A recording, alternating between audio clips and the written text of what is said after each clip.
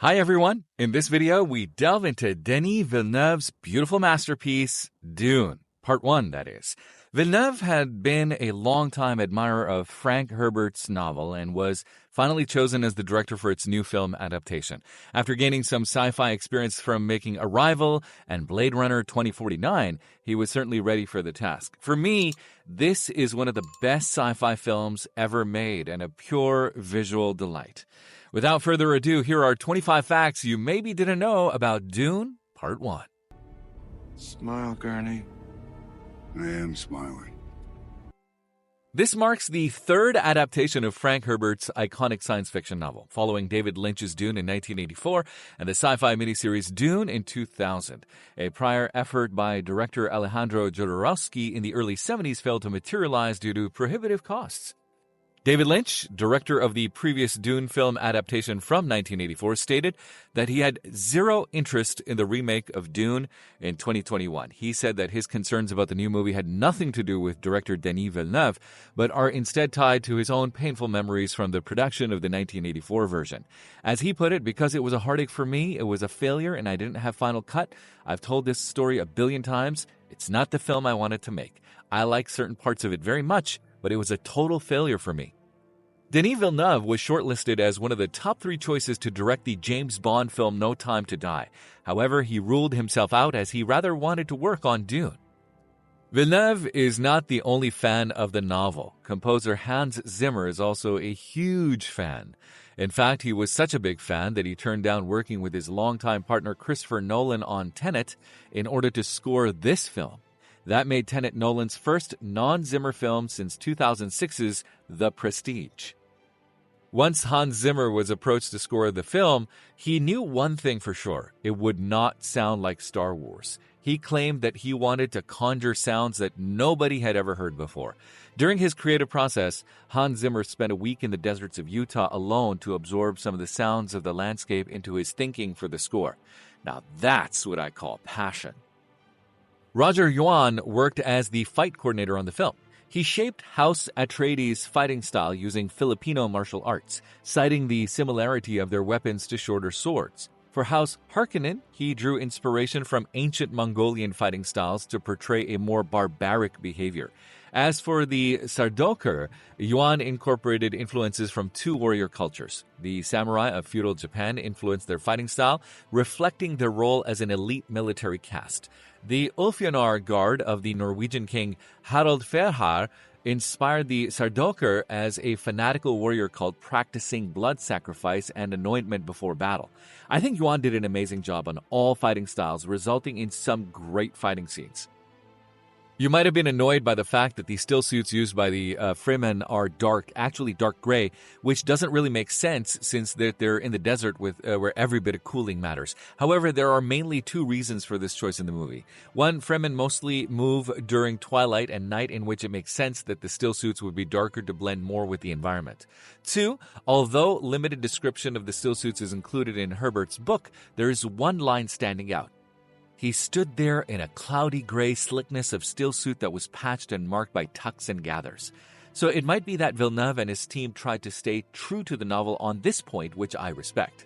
The design of Baron Vladimir Harkonnen, played by Stellan Skarsgård, was one of Villeneuve's biggest concerns when approaching the costume department. This was because he feared that the character would become too silly in a joke based on his description in the novel. Hence, they made him more threatening and grim in order to captivate House Harkonnen's style of terror and manipulation. This resulted in Skarsgård having to spend 8 hours a day in the makeup room for his role as the Baron. Additionally, they used the character Colonel Kurtz from Apocalypse Now, played by Marlon Brando, as inspiration for Baron's characteristics. In fact, they even included Skarsgård sliding his hand over his bald head, just like Kurtz in Apocalypse Now, as an homage to the film. Linguistics expert David J. Peterson helped create the Fremen language for the movie, as well as House Atreides' sign language. He's probably most known for developing the Dothraki and Valyrian languages for Game of Thrones. The first full trailer for the film featured a new version of Pink Floyd's Eclipse, composed by Hans Zimmer. This could be a nod to director Alejandro Jodorowsky's proposed adaptation of Dune in the 1970s, as he wanted Pink Floyd to write the score. The use of Pink Floyd's song Eclipse in the first trailer for Dune Part 1 caused the song to skyrocket on streaming music platforms by 1,700%. It's incredible how the reuse of songs in new films and series can breathe life into old music. I mean, look at Kate Bush's renewed fame after Stranger Things. In an interview featured in Empire magazine, director Denis Villeneuve talked about the year-long effort invested in creating the colossal sandworms, which probably are the most iconic creatures in the Dune saga. We talked about every little detail that would make such a beast possible. From the texture of the skin, to the way the mouth opens, to the system to eat its food in the sand, it was a year of work to design and to find the perfect shape that looked prehistoric enough.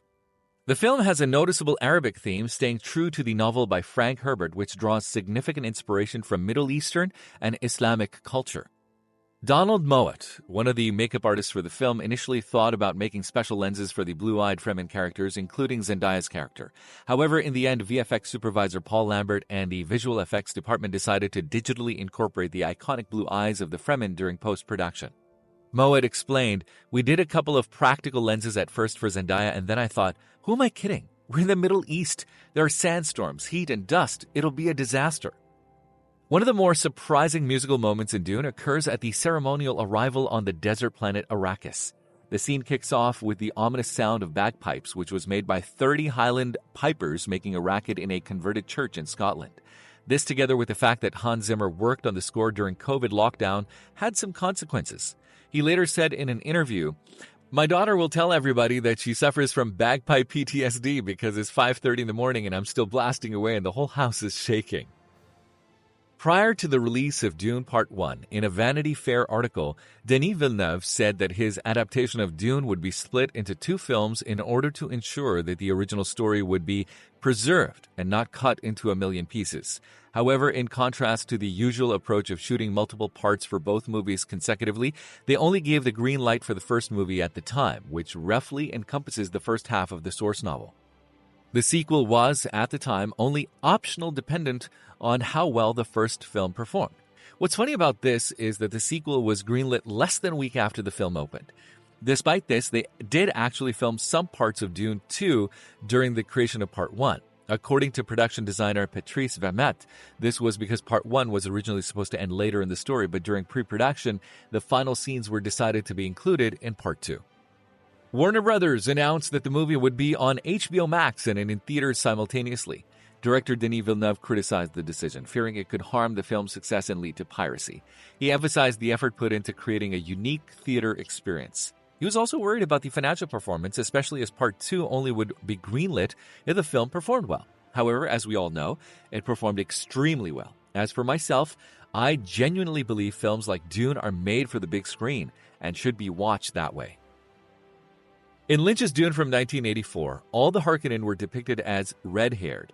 In this movie, they are all depicted as bald. Scenes from the ocean world of Kaidan were filmed in Stadlandet, Norway. The majority of the desert scenes portraying the world of Arrakis were filmed in Jordan and Abu Dhabi in the Middle East. Also, Budapest in Hungary was used to shoot for some specific scenes. The story of the film takes place in the year 10191, after Guild of the Universal Standard Calendar. In the books, the Universal Standard Calendar starts counting from the moment where the Spacing Guild enabled interstellar travel. They use BG, before Guild, and AG, after Guild, similar to how we use BC and AD. From several clues in the first book's appendices, the start of the Guild count occurred somewhere in the 14th millennium. Some estimates say around 13,161 AD. This would mean that the movie takes place somewhere around 23,352 AD. However, apart from such assumptions, the book also mentioned that a standard year in the Universal Standard Calendar is 20 hours shorter than an Earth year, and no mention is made of leap years, so it remains a rough estimate. Although they live on planet Kaidan, the Atreides family is said to have their roots in Earth's Greece. That is, Paul and his noble family are descendants of Atreus, specifically Agamemnon, Atreus' most notable son. He is one of the most famous legends in Greek mythology. They are therefore known as Atreides, which literally means son of Atreus. The additional vocalist on the musical score is Lisa Gerard, best known as part of the Australian music duo Dead Can Dance. However, this is not the first time the two team up. She also collaborated with composer Hans Zimmer on the 2000 classic Gladiator, personally one of my all-time favorite film scores. Rebecca Ferguson portrays the mother of Timothée Chalamet, despite being just 12 years older than him. However, since Chalamet's character is 15 years old, it results in a 20-year age difference between the characters. Cinematographer Greg Fraser disclosed that while the film was initially captured digitally using the ARRI Alexa LF, director Denis Villeneuve transferred the footage to 35mm film and then scanned it back to digital.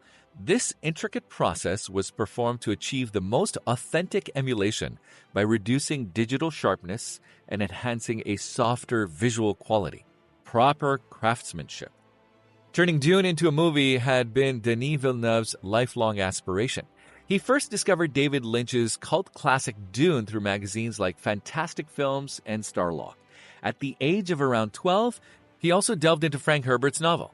Some people claim that Denis Villeneuve, his previously directed films Arrival from 2016 and Blade Runner 2049 from 2017, as rehearsals for Dune. However, Villeneuve himself has said that he would never go as far as calling them that, but he's not sure if he would be able to do Dune without having done Blade Runner. The film won 6 Oscars. Those were wins for cinematography, editing, score, visual effects, production design, and sound. This makes it the second most successful sci-fi movies in terms of Oscar wins, tied with George Miller's Mad Max Fury Road. There are 2 sci-fi films that have won 7 Oscars, which are Star Wars: A New Hope and Gravity. There you have it, 25 facts you now know about Dune Part 1. I hope you enjoyed it, and make sure to leave a comment if there are other facts we missed in this video. And of course, go watch Dune Part 2. As usual, I round up with a random film recommendation. I recently went to the cinemas and I found myself watching Jim Wender's Perfect Days. I never thought I would love a film about a Japanese janitor listening to rock music that much. Go check it out. Well, that's it for now. Talk to you in the next one.